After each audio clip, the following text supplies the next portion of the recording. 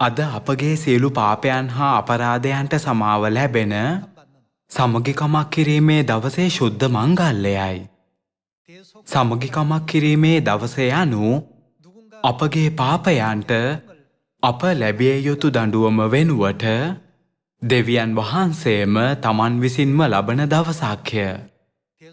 පියාණන් හා මෑණියන් අපගේ ගණන් කළ නොහැකි තරම් පාපයන් හා අපරාධයන් වලින් අපව මුදවාගත් බව පරණ ගිවිසුමේ ඉතිහාසයෙන් අපට තේරුම් ගන්න පුළුවන්.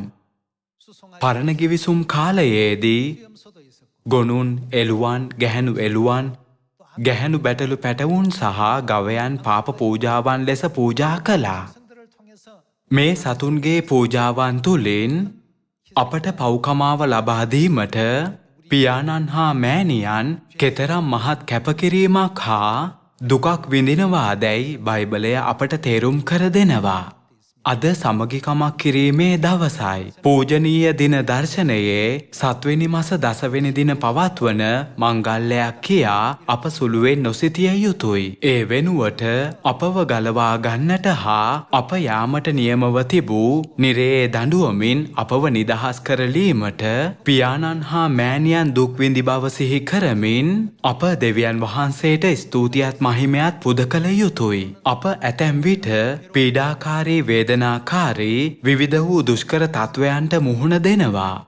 අප එය විශාල දෙයක් ලෙස සිතනවා. කෙසේ වෙතත් විස්තර කළ නොහැකි තරම් වේදනාවක් තිබුණත් දෙවියන් වහන්සේ විසින්ම අපගේ සියලු අපරාධ අරගත්තා. පෞකාරයෙන් තම පාපයන්ට වන්දි ගෙවිය යුතු බව සත්‍යයක්. කෙසේ වෙතත් පාපයක් නැති දෙවියන් වහන්සේ කුර්සිය මත පූජා වෙමින් අප වෙනුවට අපගේ පව් උසුලා ගත්තා. එබැවින් අප පාපයෙන් නිදහස් වී තිබෙනවා. මේ ගැන සිතන විට අප සමගිකමක් කිරීමේ දවස තුල වී තිබෙන පියාණන් හා මෑණියන්ගේ ශුද්ධ කැපකිරීම නිතරම සිතේ තබා ගනිමින් සෑම අවස්ථාවකදීම ස්තුති පුද කළ යුතුයි. ජය ගැනීමට අපහසු දෙයක් වූ විටදී අප සිටිය යුත්තේ අපගේ පාපයන්ට සමාව දීමට දෙවියන් වහන්සේ විඳ දුෂ්කරතා කොයිතරම් විශාලද කියාය. සුළු වේදනාවක සිටින විට අපගේ ගැලවීම වෙනුවෙන් දෙවියන් වහන්සේ මේ වේදනාවට වඩා දුක් විඳා කියා අප සිටිය යුතුයි. මෙමගින් අපගේ වර්තමාන දුෂ්කරතාවයන් වේදනාව හෝ දුක් විඳීම ගැන මැසිවිලි හෝ කෙඳිරීමේ කිසිදු වචනයක් අපගේ මුඛයෙන් පිට නොවීමට අප සිහි තබා ගත යුතුයි. අපගේ ගැලවීම වෙනුවෙන්ම පමණක් දෙවියන් වහන්සේ වසර 6000ක දිගු කාලයක් කොයිතරම් වැඩියෙන් දුෂ්කරතාවයෙන් වේදනාකාරීව හා තනි වී දුක් විඳින්නට ඇතිද? අපි අවම වශයෙන් එක්වරක්වත් මේ ගැන සිටිය යුතුයි. යේසුස් වහන්සේ ප්‍රේම කළා වූ විශ්වාස කළා වූ ගෝලයන් පවා උන්වහන්සේට ද්‍රෝහි වී තමන් බේරීමට පලා ගියා. පියාණන් දෙසින් සිට උන්වහන්සේව සනසන්නට කිසිවෙක් සිටියේ නැහැ. උන්වහන්සේට ඒ අවස්ථාවේදී කොයිතරම් තනිකමක් දැනෙන්නට ඇතිද කියා අඩුතරමේ අද මේ සමගිකමක් කිරීමේ දවසේ එක් වරක් හෝ අප සැබවින්ම සිටිය යුතුයි. එසේ කිරීමෙන් මේ මොහොතේ අප විඳින තනිකම වේදනාව හා දුක දෙවියන් වහන්සේ විඳ දේ සමග සසඳද්දී කිසිවක් නොවන බව අප තේරුම් ගත යුතුයි. ශෙපනියා පොතේ 3:18 බලමු. මංගල්‍ය රැස්වීම ගැන ශෝකවන්නන් රැස් කරන්නෙමි. ඔවුහු නුඹට අයිතිව සිටියෝය. එහි නින්දාව ඔවුන්ට බරක් විය. මෙය දෙවියන් වහන්සේගේ මංගල්‍යයන් සම්බන්ධව නේද? මංගල්‍ය රැස්වීම ගැන ශෝකවන්නන් රැස් කරන්නෙමි. ඔවුහු නුඹට අයිතිව සිටියෝය. එහි නින්දාව ඔවුන්ට බරක් විය. ඒ කාලයේදී නුඹට පීඩා කරන සියල්ලන්ට මම ප්‍රතිඵල දෙන්නෙමි. කොර ගසගසා යන්නන් ගලවා පන්නා දැමුවන් රැස්කොට ඔවුන් ලජ්ජාව වින්දා වූ සියලුම දේශවල ඔවුන් ප්‍රශංසාවක්ද නාමයක්ද වෙන්ට සලස්වන්නෙමි. ඒ කාලයෙහිම නුඹලා ඇතුළට ගෙනෙන්නෙමි. මක්නිසාද මම නුඹලාගේ ඇස් හමුවෙහි නුඹලාගේ වාල්කම පහ කරන විට පොළොවේ සියලු ජනයන් අතරෙහි නුඹලා නාමයක්ද ප්‍රශංසාවක්ද කරන්නෙමි ස්වාමින් වහන්සේ කියන සේක. බයිබලයේ පැහැදිලිව අනාවැකි වී ඇත්තේ දෙවියන් වහන්සේ විසින් නියම කළ මංගල්‍යයන් පවත්වන තම සෙනගව පොළොවේ සියලු ජනයන් අතරෙහි නාමයක්ද ප්‍රශංසාවක්ද කරන බවයි. මේ දවස්වල බොහෝ දෙනා දෙවියන් වහන්සේව විශ්වාස කරනවා යයි පවසනවා. කෙසේ වෙතත් දෙවියන් වහන්සේට බියව නිවැරදිව නමස්කාර කරන පිණිස අපට මංගල්‍යයන් ගැන ගැඹුරු අවබෝධයක් තිබිය යුතුයි. එහෙමනම් පරණ ගිවිසුම් කාලයේදී සමගිකමක් කිරීමේ දවස පැවැත්වුණේ කොහොමද? ලෙවි කතාව 16:5 බලමු. ඔහු ඊශ්‍රායල් පුත්‍රයන්ගේ සභාවෙන් පාප පූජාවකට එළුවන් 2 දෙනෙක්ද දවන පූජාවකට බැටළුවෙක්ද ගන්නේය. එවිට ආරෝන් තමා උදෙසා වූ පාප පූජාවේ ගුණා ඔප්පු කර තමා උදෙසාද තමාගේ පවුල උදෙසාද සමගිකමක් කරන්නේය. ඔහු එළුවන් 2 දෙනා රැගෙන ස්වාමින් වහන්සේ ඉදිරියේහි සම්මුඛ වීමේ කූඩාරමේ දොරකොඩ ළඟ සිටවන්නේය. එවිට ආරෝන් එළුවන් ගැන පස ඇට දැමිය යුතුය. ස්වාමින් වහන්සේට එක පස ඇටයක්ය. අශාශේලට එක පස ඇටයක්ය. පස ඇට දැමීමෙන් ස්වාමින් වහන්සේට වූ එළුවා ගෙනවිත් ආරෝන් පාප පූජාවක් කොට ඔප්පු කරන්නේය.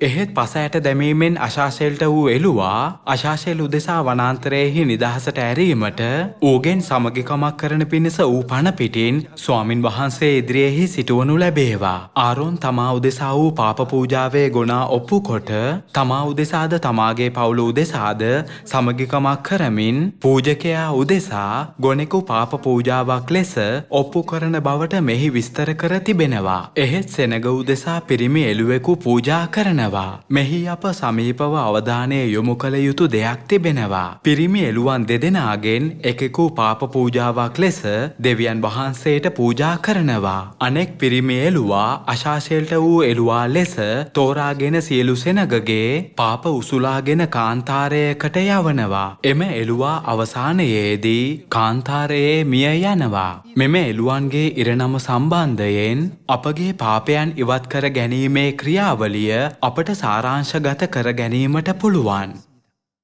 පරණ ගිවිසුම් කාලයේදී ඊශ්‍රායල්වරු පව් කළා වූ කවර වෙලාවක වුවත් මම පාපයක් කළා.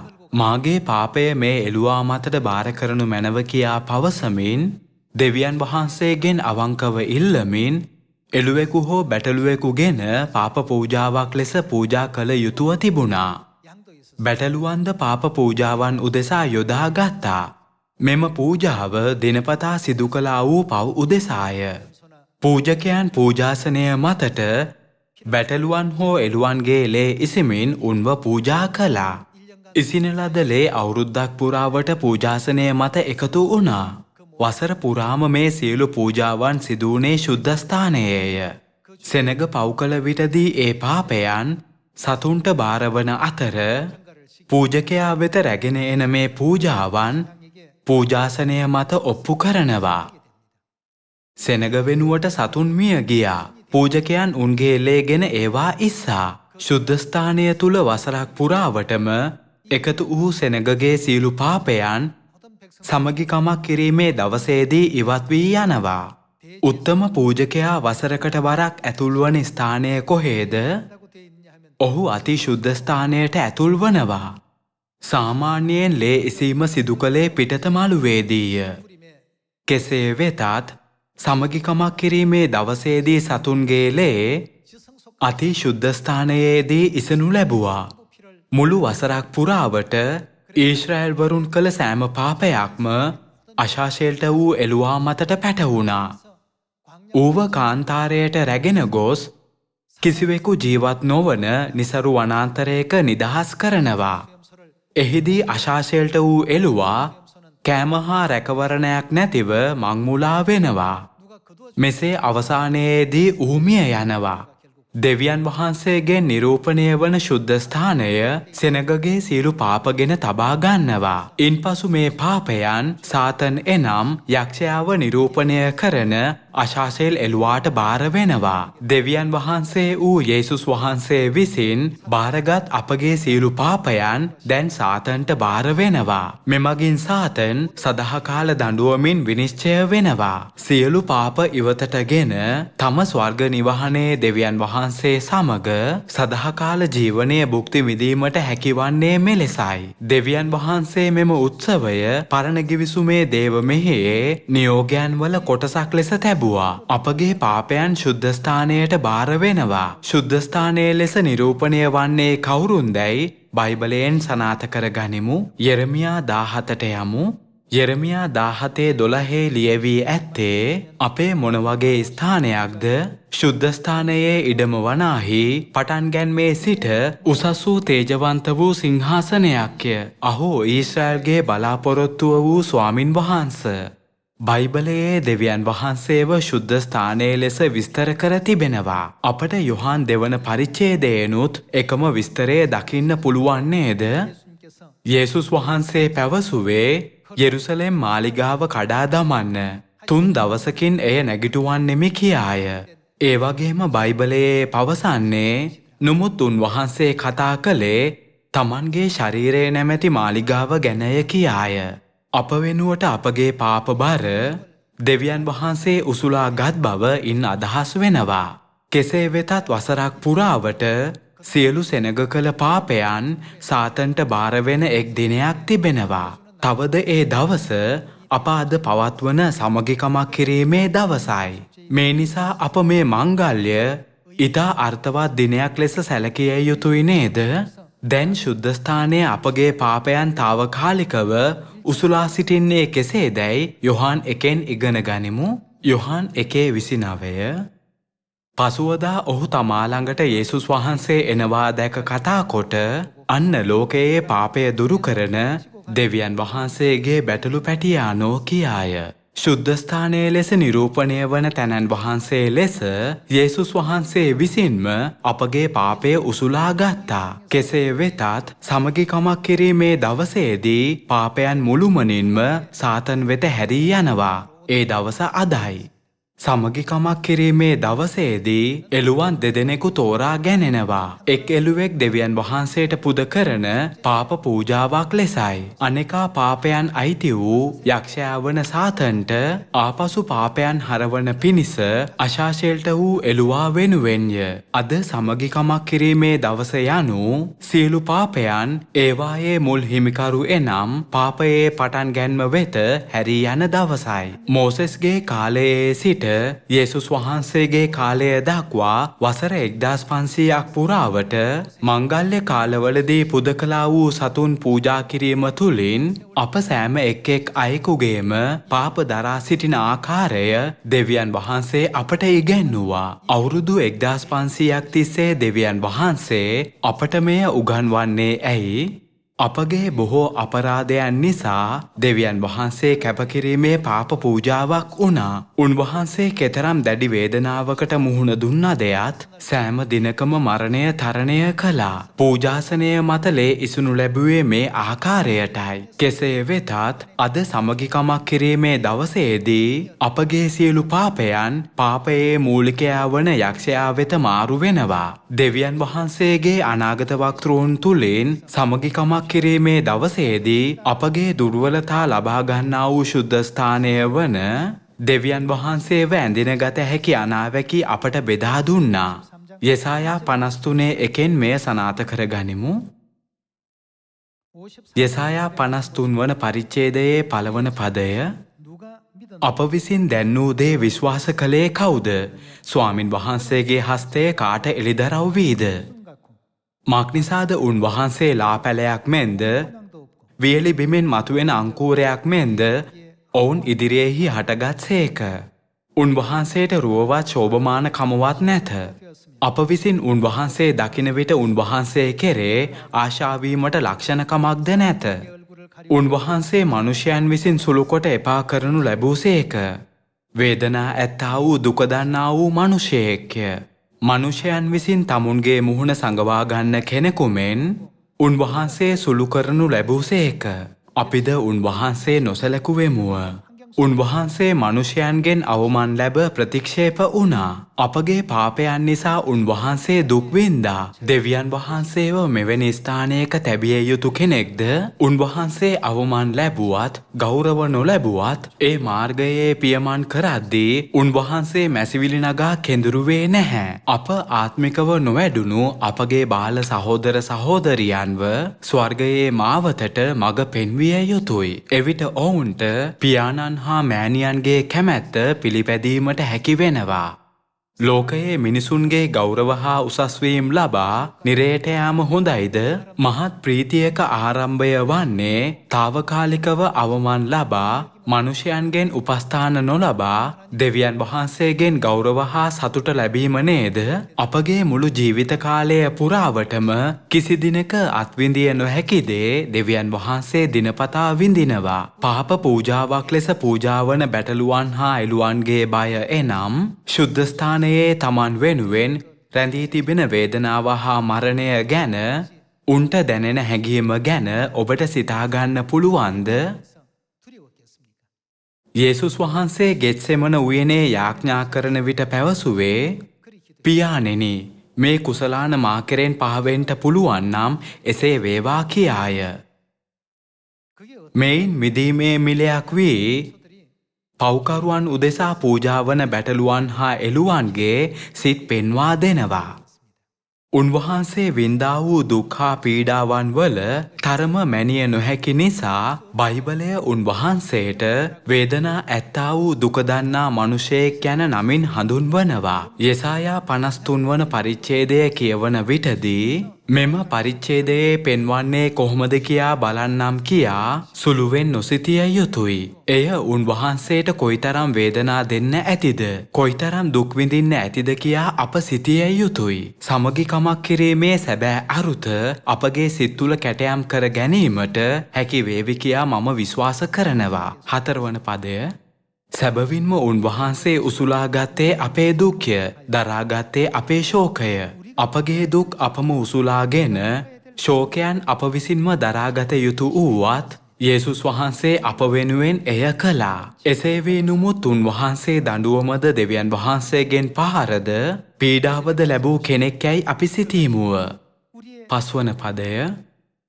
නුමුත් උන්වහන්සේ තුවාල ලැබුවේ අපේ අපරාධ නිසාය, පොඩි කරනු ලැබුවේ අපේ අයුතුකම් නිසාය. දෙවියන් වහන්සේ මේ අතිවිශාල කරුණාව අප කෙරෙහි දැක් වූ ආකාරය සිහි කරන විට අප පියාණන් හා මෑණියන්ගේ කැපකිරීම යනු උන්වහන්සේලාගේ ආශාව හා කුරුසියේ වේදනා විඳීම කියා සුළු කොට නොතැකිය යුතුයි. සෑම වසරකම මලවුන්ගේ නැගිටීමේ දවස පැමිණි විටදී වචනාර්ථයෙන්ම තමන්ව කුරුසපත් කර මුළු දවසම කුරුසයක එල්ලී සැබවින්ම එලෙස කිරීමෙන් දැනෙන වේදනාව අත්විඳීමට උත්සාහ දරන බොහෝ දෙනා සිටිනවා. කෙසේ නමුත් ඒ දුක් විඳීම කිසිවක් නොවේ. තමන් තුළ සැඟවී තිබුණු ආත්මික වේදනාව මිනිසුන්ට තේරුම් ගත නොහැකි නිසා කුරුසය යනු පෙනෙන ලෙස ප්‍රකාශ කළ දෙවියන් වහන්සේ අත්විඳි වේදනාවේ කොටසක් පමණයි. නිතිපතා මරණයේ ස්ථානයට රැගෙන ගොස් මරණයට මුහුණ දෙන්නේ ඔබ කියා සිතන්න. එය ඔබ යාමට අකමැති වන තරමටම වේදනාකාරී තැනක් වෙනවා. කෙසේ වෙතත් මරණය බලා සිටින ස්ථානයකට ඔබට යන්නට සිදුවෙනවා කියා සිතන්න. එය විස්තර කළ නොහැකි ගාවිනාවක්. සියල්ලෙනි, දෙවියන් වහන්සේගේ මිදීමේ කරුණාව ගැන රැස් කරගත් දැනුමෙන් අප මේ ගැන නිෂ්ඵල ලෙස නොසිතිය යුතුයි. ඒ වෙනුවට අප සියල්ලේදී දෙවියන් වහන්සේට සැබවින්ම ස්තුති පුද කළ යුතුයි. අප පියාණන් හා මෑණියන්ගේ කැපකිරීම හා ප්‍රේමය සැබවින්ම තේරුම්ගෙන සිටිනවා නම් සියෝන් සහෝදර සහෝදරියන් ගැන කෝපවීමට හේතුවක් නැහැ. අපව පහත් කොට සැලකුවත් සුළු කොට සිතුවත් අගෞරව කළත් අප කෝප නොවිය යුතුයි. පියාණන් හා මෑණියන් අප වෙනුවෙන් මේ මාර්ගයේ ගමන් කළා. මාගේ සහෝදර සහෝදරියන්ව ගලවා ගැනීමට ඉවසීමෙන් යා හැකි වන ලෙස මට ශුද්ධාත්ම බලය දුන මැනව කියා යාඥා කරමු. මේ සමගිකමක් කිරීමේ අවුරුද්ද තුලදී ඔබට මේ ශුද්ධාත්මයන්ගේ බලය ලැබෙන්නයි මම යාඥා කරනවා. 5 වන පදය. නොමුත් උන්වහන්සේ තුවාල ලැබුවේ අපේ අපරාධ නිසාය, පොඩි කරනු ලැබුවේ අපේ අයුතුකම් නිසාය. අපට සමාදානය ගෙන දෙන දඬුවම උන්වහන්සේ පිටට පැමුණුනේය. උන්වහන්සේ දඬුවම් ලබා නොගත්තා නම් කොහොමද? ඒ වෙනුවට දඬුවම් ලැබිය යුත්තේ අප නේද? උන්වහන්සේගේ පහරවලින් අපට සුවේ ලැබී තිබේ. අපි සියල්ලෝම බැටළුවන් මෙන් මුලා වී එකිනෙකා තම තමාගේ මාර්ගයට හැරී ගියෙමුව. ස්වාමින් වහන්සේද අප සියල්ලන්ගේ අයුතුකම උන්වහන්සේ පිට තැබූසේක. 7 වන පදය. උන්වහන්සේට පීඩා කළ විට උන්වහන්සේ යටත් වී තමන්ගේ මුඛය නෑර සිටිසේක. මරන්ට ගෙන යන බැටළු පැටවෙකු මෙන්ද අප දිනකට කීවරක් මරන්ට ගෙන යන බැටළු පැටවෙකුගේ ස්ථානයේ සිටිනවාද? බැටළු දෙනක් ලෝම කපන්නන් ඉදිරියෙහි නිශ්ශබ්දව සිටින්නාක් මෙන්ද උන්වහන්සේ තමන්ගේ මුඛය නෑර සිටිසේක. උන්වහන්සේ බලාත්කාරකමෙන්ද විනිශ්චයෙන්ද පහ කරනු ලැබූසේක. ජීවත්ව සිටින්නන්ගේ දේශයෙන් උන්වහන්සේ සිඳ දමනු ලැබූ බව උන්වහන්සේගේ පරම්පරාවෙහි කවරෙක් කල්පනා කළේද? උන්වහන්සේ තලනු ලැබුවේ මාගේ සෙනගගේ වරද නිසාය. ඔහු උන්වහන්සේගේ මිනිවල දුෂ්ටයන් අතරෙහි තිබෙන්ට නියම කළෝය. නමුත් උන්වහන්සේගේ මරණයේදී එය වස්තුකාරයන් සමග විය. මක්නිසාද උන්වහන්සේ අධර්මිෂ්ඨකමක් කළේවත් උන්වහන්සේගේ මුඛයෙහි කිසි ප්‍රයෝගයක් තිබුණේවත් නැත. එහෙත් උන්වහන්සේ පොඩි ස්වාමින් වහන්සේ කැමතිව දුකට පත් කළසේක. ඔබ උන්වහන්සේගේ ප්‍රාණය පාප පූජාවක් කරන විට උන්වහන්සේ තමන්ගේ වංශය දැක තමන් දවස් වැඩි කරනසේක. ස්වාමින් වහන්සේගේ කැමැත්තද උන්වහන්සේගේ අතෙහි සඵලවන්නේය. උන්වහන්සේ තමන් ආත්ම වේදනාවේ ඵල දැක තෘප්තියට පැමිණෙනසේක. මාගේ ධර්මිෂ්ඨ ස්වකීය දැනගැන්ම කරනු කොටගෙන බොහෝ දෙනෙකු ධර්මිෂ්ඨ කරනවා ඇත. ඔවුන්ගේ අයුතුකම්ද උන්වහන්සේම දරා ගන්නවා ඇත. එබැවින් මම බොහෝ දෙනෙකු අතරෙහි උන්වහන්සේට කොටසක් බෙදා දෙන්නෙමි. බලවන්තයන් සමගද උන්වහන්සේ කොල්ලය බෙදා ගන්නවා ඇත. මෙසේ වන්නේ තමන් ප්‍රාණය මරණයට වගුරුවාදී වරදකාරයන් සමග ගණන් ගනු ලැබ උන්වහන්සේම බොහෝ දෙනෙකුගේ පාප උසුලාගත් නිසාය.